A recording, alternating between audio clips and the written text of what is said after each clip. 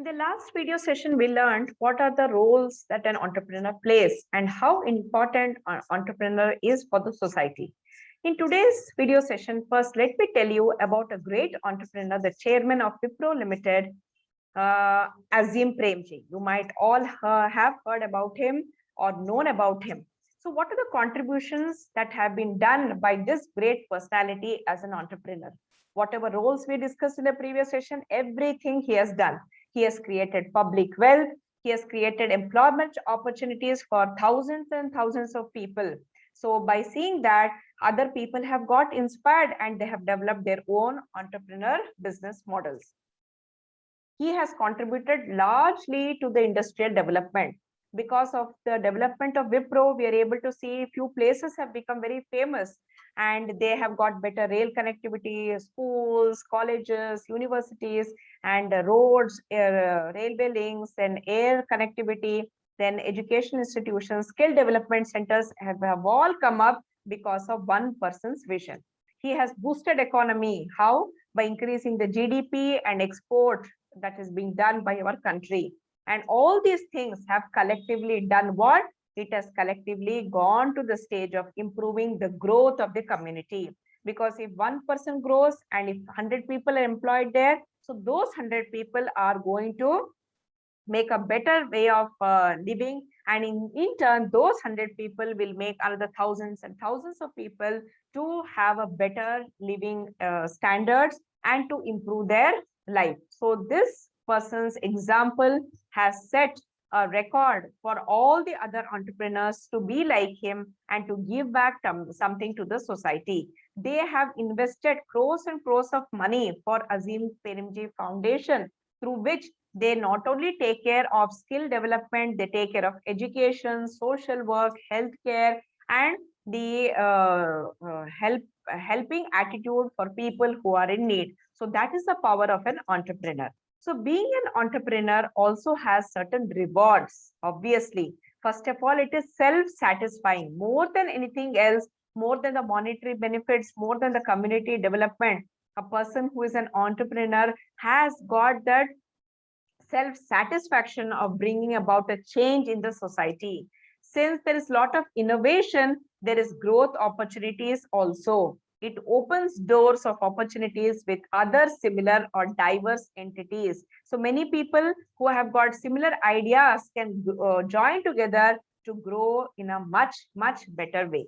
The second one is independence and greater control. Since you're not under anybody, you have the power of innovating, thinking out of the box, everything on your own. Since you're not working for anybody, you have independence in terms of decision making, and you are independent with coordination with flexible decision making system. So that is the reward that you get of being an entrepreneur. Next, engaging work ethics. It is more democratic in nature because people independently, they take the decisions and they give it to the employees to stick for. You can join with like-minded people and make a team, and the excitement of rewards after hard work is amazing. I can assure you that.